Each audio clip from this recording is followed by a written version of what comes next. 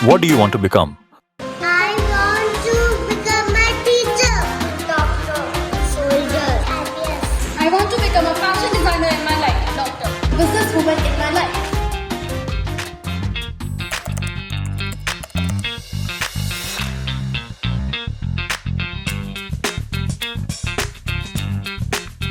In our school, every child is given the opportunity to find their direction.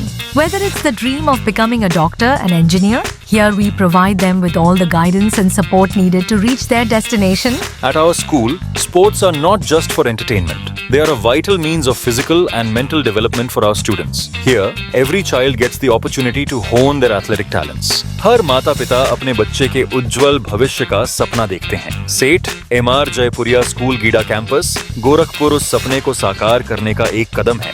नमस्कार, आप देख रहे हैं एफिडेविट लाइव। मैं हूं पूजा। अब तक के प्रमुख गतिविधियों पर डालते हैं एक नजर। प्रदेश सरकार की सेवा, सुरक्षा और सुशासन की नीति के 8 वर्ष पूरा होने के अवसर पर सरकार की जन कल्याणकारी योजनाओं पर आधारित प्रदर्शनी का मुख्यमंत्री ने किया उद्घाटन।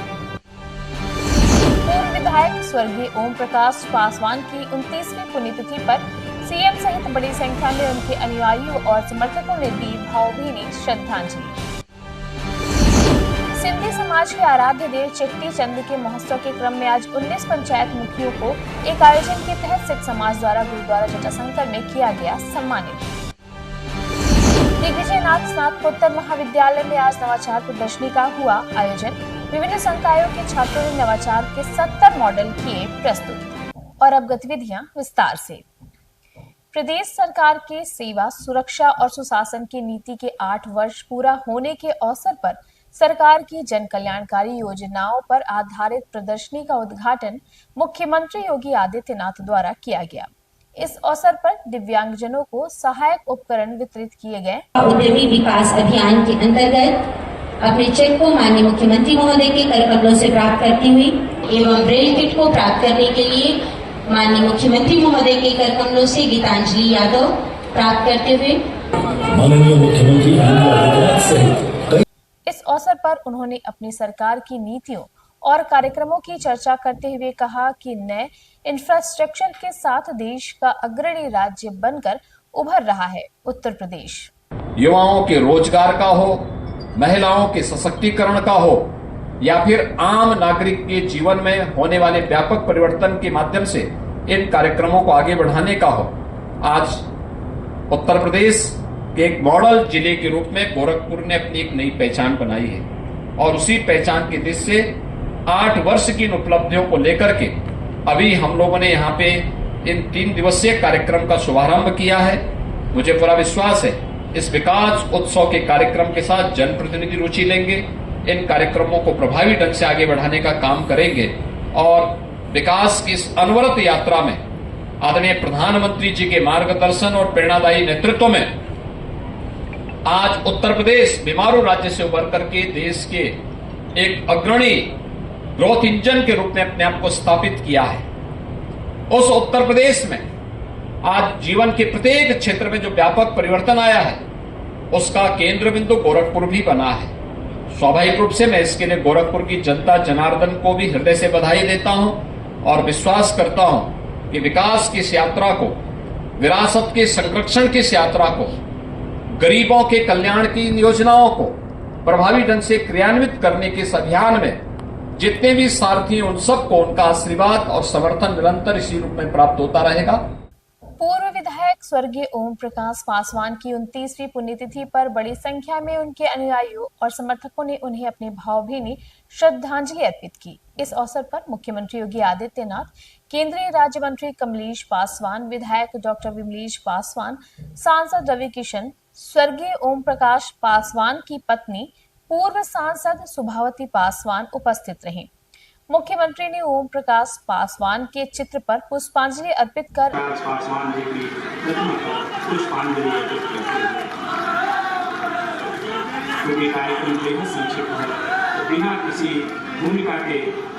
अपने उद्बोधन में कहा कि वे इस क्षेत्र के एक ऐसे नेता थे जिन्होंने शून्य से शिखर की ओर की यात्रा पूरी की वह जन सामान्य से जुड़े हुए जमीनी स्तर के नेता थे। केंद्रीय मंत्री श्री कमलेश पासवान जी ने, पासवान परिवार ने अपने परिवार के अभिभावक पूर्व विधायक स्वर्गीय ओम प्रकाश पासवान जी की पुण्यतिथि को इस विकास यात्रा में सहभागी बनाया है। मैं इस अवसर पर स्वर्गीय ओम प्रकाश पासवान जी को विनम्र श्रद्धांजलि अर्पित करते हुए पासवान परिवार को विकास की इस यात्रा के साथ अपने पूज्य पिता और परिवार के अभिभावक की पुण्यतिथि को विकास के कार्यक्रमों के साथ जोड़ने के लिए हृदय से धन्यवाद देता हूं। इस कार्यक्रम में भाग लेने के ठीक पूर्व मुझे ड्रोन दीदी से जुड़ने के कार्यक्रम के साथ और सभी महिलाओं के साथ संवाद बनाने का अवसर प्राप्त हुआ। वे सुदूर बढ़लगंज से यहां पर आई हैं। उनकी ट्रेनिंग के बाद जो किसान महंगे पेस्टिसाइड को अपने हाथों से छिड़कते थे और उसके बाद कभी कभी छिड़काव करते करते बेहोश हो जाते थे, जब लंबे समय तक खेत में जाने और उसके जहरीले गैस से उससे बचाव के लिए प्रधानमंत्री मोदी जी ने ड्रोन दीदी के जिस अभियान को गांव की महिलाओं को भी लखपति दीदी के रूप में बदलने के कार्यक्रम को आगे बढ़ाया है। आज उसका एक मॉडल यहाँ पर प्रस्तुत करते हुए मुझे बहुत अच्छा लगा।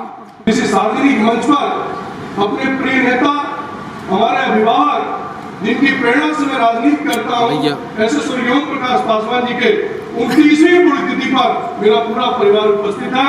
मैं आप सब लोगों का, उन सभी सम्मानित पिता बुजुर्गों, नौजवान साथियों का जो लगातार पिछले 10 दिन से ये तैयारी कर रहे हैं कि आदरणीय मुख्यमंत्री जी के वक्तव्य को हमको सुनना है। स्वर्गीय ओम प्रकाश पासवान जी के 29 वर्ष बीत जाने के बाद भी उनको याद करने वाले लोग, उनको स्मरण करने वाले लोग आज इस पंडाल को भरकर आप लोगों ने मुझे ऋणी बना दिया। साथियों, मैं आपके चरणों में आप सबको प्रणाम करते हुए, आपका अभिनंदन करते हुए आपका स्वागत करता हूं और उन सभी साथियों का भी स्वागत करता हूं जो इस कार्यक्रम में सफल बनाने के लिए, चाहे वो सुनील पासवान हो, चाहे रामप्रीत यादव हो, चाहे गोरख सिंह हो, ऐसे तमाम क्षेत्र में विश्वविजय निषाद हो, ऐसे बहुत सारे लोग हैं, संजय सिंह है, मैं किसका नाम लूं। सिंधी समाज के आराध्य देव चेटी चंद के महोत्सव के क्रम में आज 19 पंचायत मुखियों को एक आयोजन के तहत सिख समाज द्वारा गुरुद्वारा जटाशंकर में सम्मानित किया गया।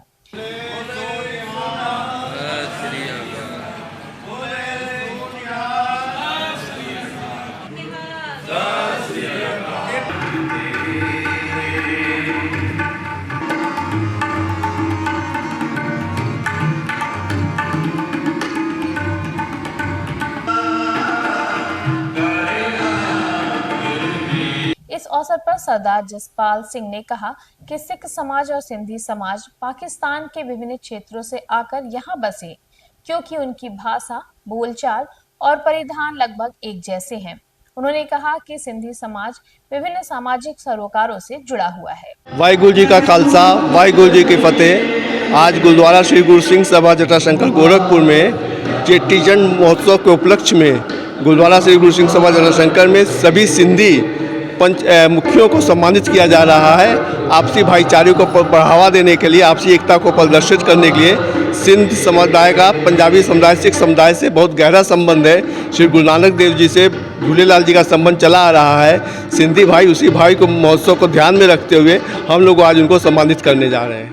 दिग्विजय नाथ स्नातकोत्तर महाविद्यालय में आज नवाचार प्रदर्शनी का आयोजन किया गया, जिसमें महाविद्यालय के विभिन्न संकायों के छात्रों ने नवाचार के 70 मॉडल प्रस्तुत किए।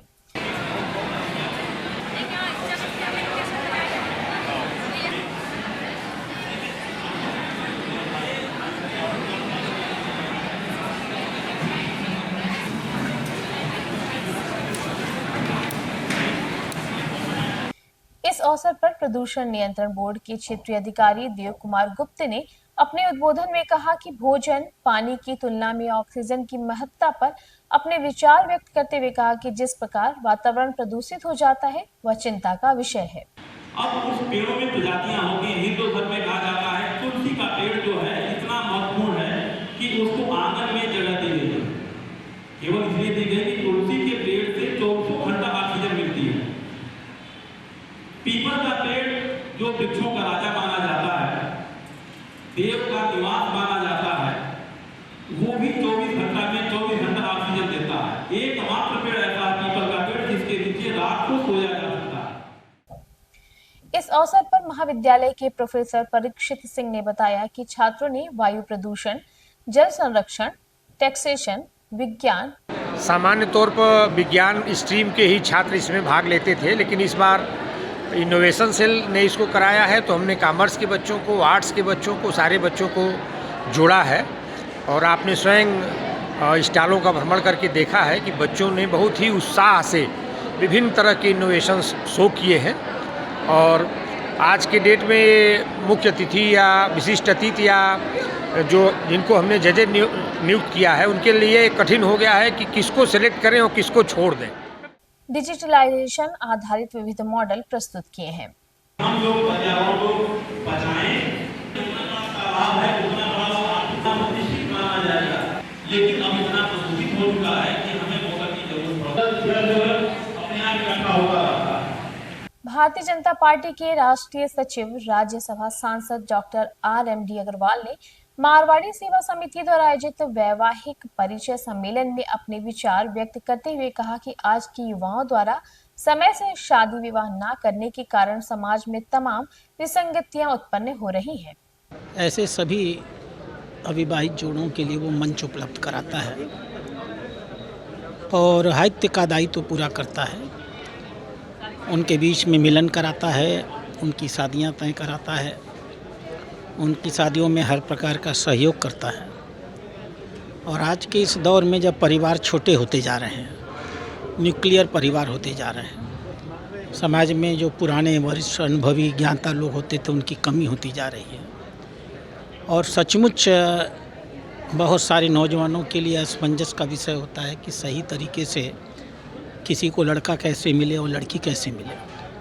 ये बहुत बड़ा पुनीत काम मारवाड़ी सेवा समिति करती है, पिछले 21 वर्षों से लगातार करती चली आ रही है। और हजारों की संख्या में ऐसे लोगों का ये पवित्र धार्मिक कार्य है, ये ईश्वरीय कार्य है, इसको कराने में इन्हें सफलता मिली है। और इसीलिए मैं आज 21वीं बार इस कार्यक्रम में आया हूँ। मारवाड़ी समाज से प्रेरणा लेकर देश के बहुत सारे अन्य समाजों ने भी इस प्रकार के सफलतम कार्यक्रम आयोजित करने शुरू किए हैं और धीमे धीमे एक आंदोलन के रूप में, सामाजिक आंदोलन के रूप में यह खड़ा हो रहा है। डीजी फायर आदित्य मिश्र ने गोरखपुर में स्थित विभिन्न फायर स्टेशनों का निरीक्षण किया। उन्होंने गोलघर स्थित फायर स्टेशन, चौरी चौरा, कैंपियरगंज सहित कई फायर स्टेशनों का निरीक्षण करते हुए कहा कि आगामी अप्रैल महीने में आगजनी की संभावित घटनाओं के मद्देनजर लोगों को, खास तौर से किसानों को अत्यंत जागरूक रहने की आवश्यकता है। देखिए, मुख्य रूप से ये जो जिसको हम लोग फायर सीजन कहते हैं, जो ग्रीष्मकालीन 2-3 महीने होते हैं, इसमें ड्राइनेस भी बहुत बढ़ जाता है और कई सारी घटनाएं होती हैं। तो ज़्यादा घटनाएं जो हमारी स्टैटिस्टिक्स के हिसाब से अप्रैल में, जून में ही होती हैं। तो इस विषय में पिछले हफ्ते माननीय मुख्यमंत्री जी ने एक मीटिंग ली थी और सभी को निर्देश दिया था कि कैसे इन घटनाओं को मिनिमाइज़ किया जाए और प्रिवेंट किया जाए, और अगर घटनाएं हो जाएं तो उनसे कैसे जल्दी से जल्दी निपटा जाए। तो उसी संबंध में विभाग को भी सभी लोगों को अलर्ट किया गया। और एक मेरा कार्यक्रम इसलिए मैंने सोचा कि थोड़ा जो प्रिपेयर्डनेस है, जो हमारी तैयारी है, उसको एक बार ग्राउंड में भौतिक रूप से भी देख लें। तो इसमें मुख्य रूप से जो आपके इक्विपमेंट हैं, दमकल की गाड़ियां हैं, ये सब अच्छी कंडीशन में है, पूरी तरह से तैयारी हालत में है कि नहीं, ये देखना पड़ता है। और साथ ही साथ जो कर्मचारी हैं वो अच्छे से अलर्ट है कि नहीं, काम कर रहे हैं कि नहीं, वो भी देखना पड़ता है। उन्होंने इसी क्रम में एक बैठक को भी संबोधित किया। आप कुछ सुनना ही नहीं चाहते तो मैं क्या बोलूँ? नहीं, उसमें बात क्या करना, वो आप ही लोग हैं ना, वो तो पैसा नहीं दे रहे हैं। बात करनी एयरपोर्ट जो गोरखपुर वाली डायरेक्टर। देखते रहिए एफिडेविट लाइव। धन्यवाद।